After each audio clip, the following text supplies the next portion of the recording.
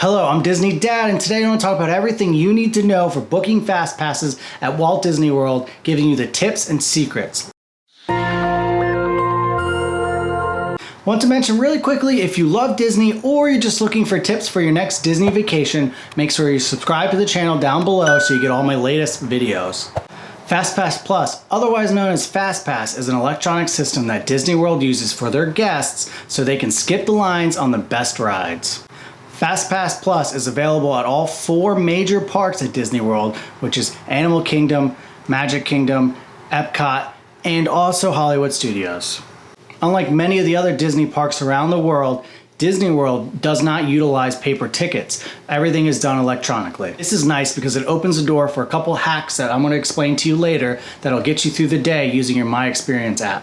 Unique to Disney World though is you actually get the chance to book your fast passes before you arrive to the park or the resort. There are 3 ways you can set up your fast passes. There's the My Disney Experience website, there's the My Disney Experience app, which is available for iOS and Android, and also there's physical kiosks located throughout the parks at Disney World. Pro tip, try not to schedule your fast passes for the first hour that the parks open. If you're able to make it there for the first hour the parks open, the lines for some of the rides are a lot shorter for the first hour the parks open. So try to utilize your time for the first hour to get online to some of the rides that aren't as busy. You can look at this video that I'll link up in the cards above. It'll give you all the top rides and also the top rides that don't require fast passes. If you take a look at that video, you'll learn what rides to use your fast passes on and what rides not to. So if you utilize that first hour the park is open, you can actually bang out a lot of rides without any fast passes and then set up your fast passes after that. Fast pass availability is always best the furthest day out. So if you're staying at one of the Walt Disney World resorts, you can actually book your fast passes 60 days in advance. But the tip here is if you have a week-long vacation, the first day that your vacation starts, you're able to book the fast passes 60 days before that. So what it'd be wise is to book the bigger ride at the end of your vacation, giving you a couple extra days, the furthest possible point out, to book the big rides, and it'll give you more availability. If you're not staying at a Disney World resort and you're staying on an off-site property, you only have 30 days before your arrival date to book a fast pass. They do this to kind of entice you to stay at the Walt Disney World resorts, and it's kind of a bonus. You can get a little bit more advantage to ride some of the bigger rides. You can book 3 rides in advance per day per person at a single park. Pro tip. So, like I said before, you save that first hour of the day to ride some of the smaller rides, but then you try to set up your 3 fast passes as soon as possible after that hour, as close as possible together. What this does is it gives you the ability, after you use your first 3 fast passes, once those are complete, you are able to book another fast pass while being at the park. So this is what I was talking about before, the hack that you can open up the app after you've completed your 3 fast passes and book another ride. Once you've completed that ride, you can book another ride, and you keep doing that until there's no more rides available for the day. But I need to mention, like I said, you can book 3 rides per day per person at one park. What this means is you can't, even if you have a park hopper pass, you cannot book 1 ride at Magic Kingdom, 1 ride at Animal Kingdom, and 1 ride at Epcot. You can't do that. They don't allow it. What you have to do is book all 3 at Magic Kingdom, and then when those 3 are up, then it opens up the ability to book at other locations if you have a park hopper pass. So if you complete your 3 at Magic Kingdom, then once those are complete, you could go and schedule passes at Epcot or any of the other parks after you've completed your first original 3 and you have a park hopper pass. So new in 2018, they introduced a tier system for fast passes to kind of regulate the bigger rides. This is only at Animal Kingdom, Epcot, and Hollywood Studios. They did not implement this for Magic Kingdom. Let's talk about some of the different rides that are available for Tier 1. Also, I want to mention, I'll link up in the card above, that I do have a video explaining all these new FastPass changes and the tiers and all the different things that they introduced in 2018. So these are the rides that they consider Tier 1 for Hollywood Studios. It's the Alien Swirling Saucers, the Slinky Dog Dash, and Toy Story Mania.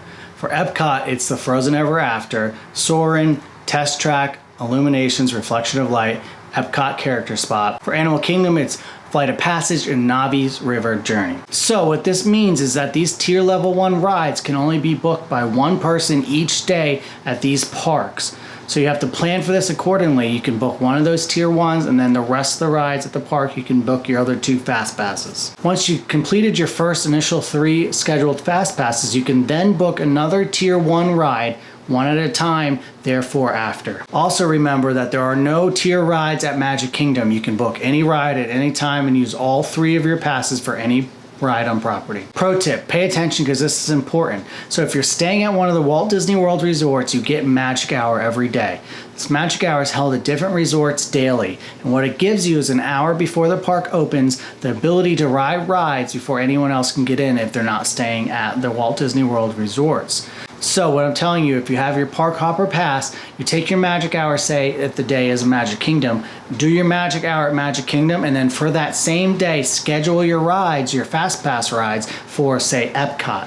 This way you can do 2 parks in one day and skip even more lines by banging out a bunch of rides for the Magic Hour before the park opens, and then working your way over to, say, Epcot or any of the other places that you've actually scheduled your 3 fast passes for, and get there for the full hour as the park opens plus your 3 fast passes. You can see how this adds up quickly to save a lot of time so you can ride a lot of rides. Also, here's a quick note that most rides are the busiest between 10 a.m. and 4 p.m. So that's the prime time you're going to want to use fast passes for the day, because those are when the line waits are going to be the longest no matter what time of year you go to Walt Disney World. Alright, so my last secret pro tip of the day is a little hack. How this hack works is, say you want to book, say, Space Mountain at 10 a.m. and it's not available at 10 a.m. but you see a Space Mountain for 1 p.m. So what you would do is book it for 1 p.m. and then you would go into the reservation and try to modify it. When you modify it, it opens up some extra options that you wouldn't see in the normal booking.